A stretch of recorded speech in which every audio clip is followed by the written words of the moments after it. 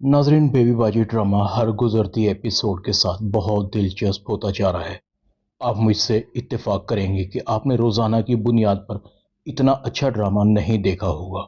Video शुरू करने से पहले चैनल को सब्सक्राइब और वीडियो को लाइक जरूर कर दिया करें। समन अपनी माँ से पूछती, अम्मी बेबी बाजी अजरा भाभी के पास चली गई, क्या वो रह पाएंगी उनके साथ? अजरा भाभी का रवैया तो पहले दिन से ही बेबी बाजी के साथ अच्छा नहीं है। क्या आपको नहीं लगता कि बेबी बाजी ने यह फैसला गलत किया है? मुझे तो लगता है इसमें भी अजरा भाभी की कोई ना कोई चाल है। अगर अजरा भाभी ने आंटी को साथ रखना ही होता तो घर का बंटवारा ही क्यों होता? शहनाज कहती है, मैं भी हैरान हूं, बाजी ने अजरा के साथ रहने का फैसला कैसे कर लिया? अजरा की तो समझ आती है, क्योंकि वो एक शातिर और मक्कार औरत है। जरूर उसकी नजर बाजी के जेवरात और उनके हिस्से पर होगी, और इसके पीछे जरूर उस गुलशन आरा की बच्ची का मशवरा होगा। मगर अब हम क्या कर सकते हैं? समन कहती है, अम्मी मुझे तो वलीद पर तरस आ रहा है। उसका यहां से जाने को बिल्कुल भी दिल नहीं कर रहा था। पता नहीं उसके साथ अजरा भाभी का रवैया कैसा होगा। अस्मा भाभी को ही देख लें, उनके साथ तो नसीर भाई का रवैया बिल्कुल भी ठीक नहीं। यहाँ तो फिर भी बाजी अस्मा को तसल्ली देती थी, और जहां तक उनका बस चलता था अस्मा भाभी का ख्याल भी रखती थी। शहनाज लंबी सांस लेती है, हाँ, अल्लाह बेटियां दे तो उनके नसीब भी अच्छे करे। शहनाज ने भांप लिया था कि वलीद के जाने का गम समन को भी बहुत ज्यादा है। समन भी वलीद को मिस कर रही है। शहनाज कहती है, तुम फिक्र मत करो, हम दोनों बेबी बाजी को मिलने जाएंगे। दूसरी तरफ बेबी बाजी के साथ अजरा का सलूक बिल्कुल भी अच्छा नहीं है। ना वक्त पर खाना, ना ढंग से बात। अम्मी ये लाइटें तो बंद कर दिया करें, ये पंखा तो बिल्कुल ही फजूल में चलता है। आपको पता तो है जमाल को घर का किराया भी अदा करना है, और फिर बिजली का बिल तो वैसे भी बहुत ज्यादा आता है। अम्मी अब पैसे की बचत करने की आदत डाल लें, और इस बात को भी जितना जल्दी हो सके समझ लें कि अब हालात वैसे नहीं रहे, हालात बदल चुके हैं। जमाल की कमाई कोई हराम की कमाई नहीं है, बड़ी मुश्किल से कमाते हैं। अल्ले तल्लों से अब काम नहीं चलेगा। बेबी बाजी कहती है, अजरा मैंने ऐसा क्या कर दिया? एक पंखा ही तो चल रहा था।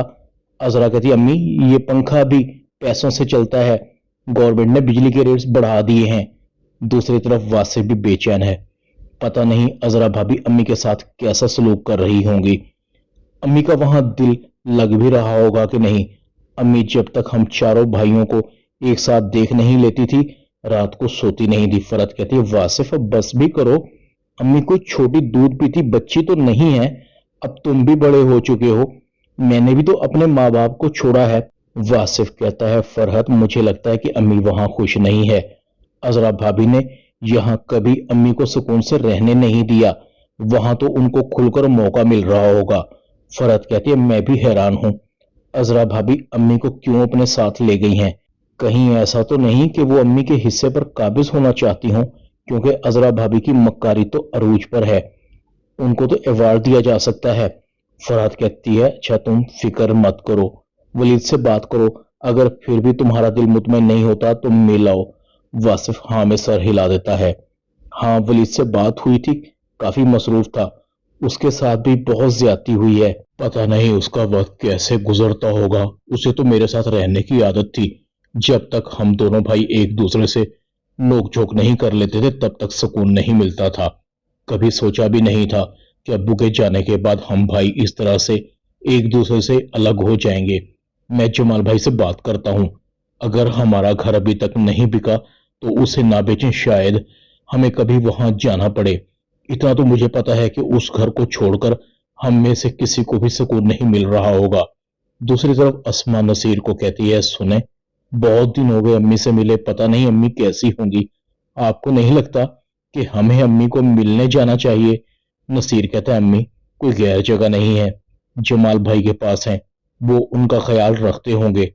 तुम अच्छी तरह जानती हो अभी मेरा कारोबार नया है, गाहक इतने नहीं आते, दुकान को वक्त देना पड़ता है, मेरे पास अभी इतना वक्त नहीं है।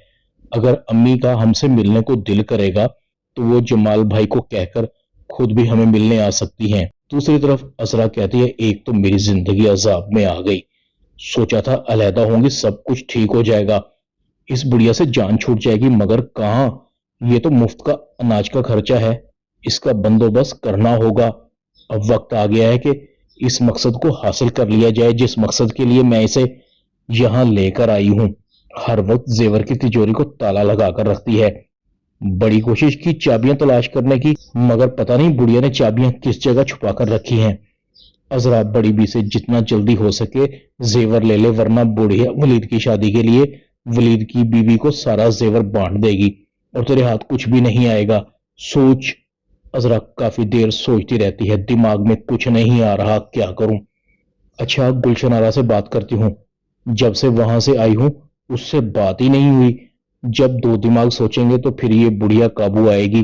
گلشن آرا کا بھی بڑا شاطر دماغ ہے، لگتا ہے انسان بننے سے پہلے وہ بھی شیطان ہوگی، تبھی تو اس کے دماغ میں ایسی ایسی کارستانیاں آتی ہیں۔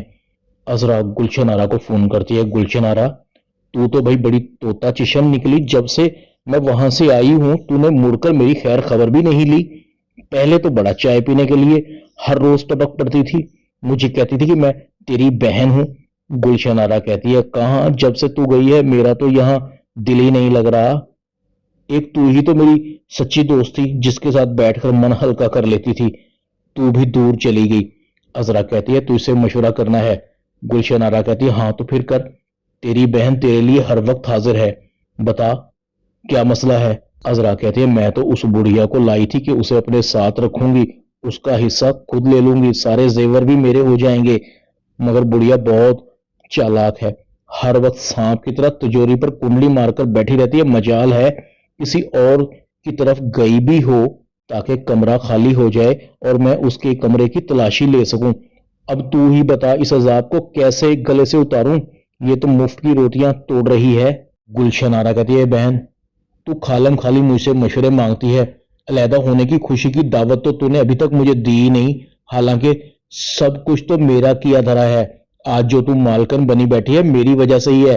عذرا کہتی ہے، بڑی لالچی عورت، ایک نمبر کی چٹوری ہے، تو آجا جو کہے گی وہی کھلاؤں گی، بس اس بڑھیا کا سب کچھ میرا ہو جائے اور یہ میرے گلے سے اتر جائے۔ اب تو بتا تو کب آ رہی ہے؟ گلشن آرا کہتی ہے، تو بتا کب آؤں، کہے تو آج ہی آ جاؤں، مگر تیری ساس تو برا نہیں منائے گی۔ عذرا کہتی ہے، تو پاگل ہو گئی ہے، حالات بدل گئے ہیں، وقت بدل گیا ہے، بڑھیا کا دور اب ختم سمجھو، اب میں اس گھر کی مالکن ہوں، مجال ہے جو بڑھیا کو ایک لفظ بھی بولنے دوں۔ گلشن آرا کہتی ہے، اچھا میرے پاس ایک زبردست لاٹ آئی ہے، اس میں بڑے ہی خوبصورت ڈریسز ہیں تیرے لیے، اگر ان کو پہنے گی تو شہزادی لگے گی، خوب جچیں گے تیرے پر، اور ہاں تیرے مطلب کے ماتمی سوٹ بھی ہیں۔ عذرا کہتی ہے، بھائی وہ کس لیے؟ گلشن آرا کہتی ہے، تو بھی پاگل ہے، یہ تیری بوڑھی ساس آخر ایک نہ ایک دن مرے گی تو پہن لینا۔ عذرا کہتی ہے، تو بڑی لالچن ہے بھائی، دوست سے بھی کاروبار۔ گلشن آرا کہتی ہے، بہن پیٹ تو پالنا ہے نا، اور تجھ سے میں کون سا زیادہ ریٹ لوں گی، اب اتنی دور چل کر آؤں گی تو 10-12 سوٹ تو لے ہی لے گی نا۔ عذرا کی آنکھیں آسمان کی طرف لگ جاتی ہیں، ہاں بھائی مطلب کے لیے تو گدھے کو بھی باپ بنانا پڑتا ہے، اور عذرا لمبی سانس لے کر سو جاتی ہے، کچھ پانے کے لیے کچھ تو کھونا پڑتا ہے۔ ڈرامہ بیوی باجی میں اتنا ہی۔